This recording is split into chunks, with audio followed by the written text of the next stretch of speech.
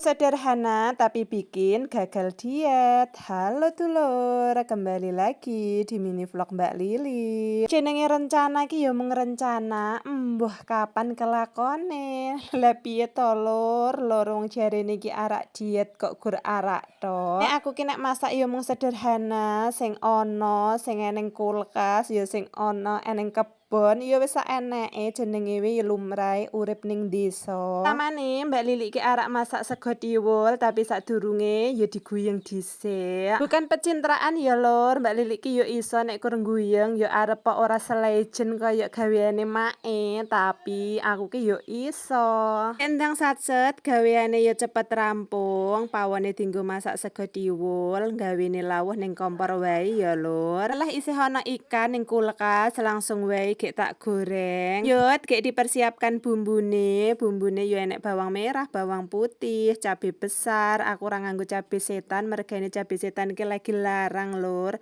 Ning nggonmu rega lombok iki pira? Ning nggonku larang banget seprapat wae 10.000 nek ora salah. Bos iki ikan iki tak buak durine sisan, dadi mengko ki nek makmu ora kangelan buaki durine. Iki mau ikan iki ya wis ana tak sisihne dienggo bocil. Bocilku kan radoyan ya nek mambu pedes ngono kuwi.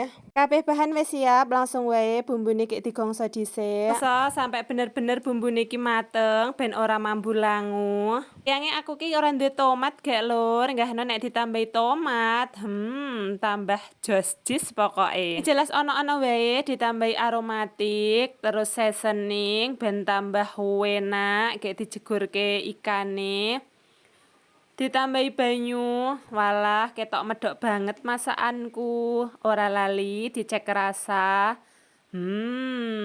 Enak lur, langsung wae kompore gek dimpateni, gek dipindah ning mangkok. Nek ngene iki kan pas ya lur, dadi lawuhe iki wis mateng, wayahe sego tiwule iki ya mateng, gek langsung wae nyandak sego tiwule dandange dientas. Nek ora gek ndang dientas, mengko sego tiwule iki ya dadi melenyek. Oh, sego tiwule iki mah tak tambahi sego putih ben dadi sego uleng ngono lho lur. Alah aku ndak dadi kelingan jaman cilikanku biyen.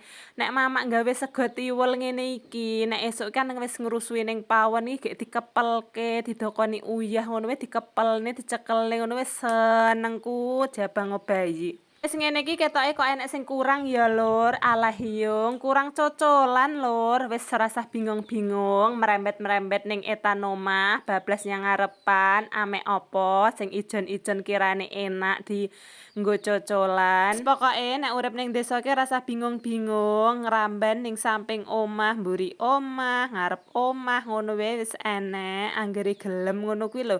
Sing penting kan ora mendemi to lur. Oke, bocilku kintil samar nek entu tembok iki kebur. Wae gek dicemplungke ning panci. Lah nek wis ngene iki cocok kan lur, segane tiwul, balado ikan, enek cocolan, monggo maem dulur.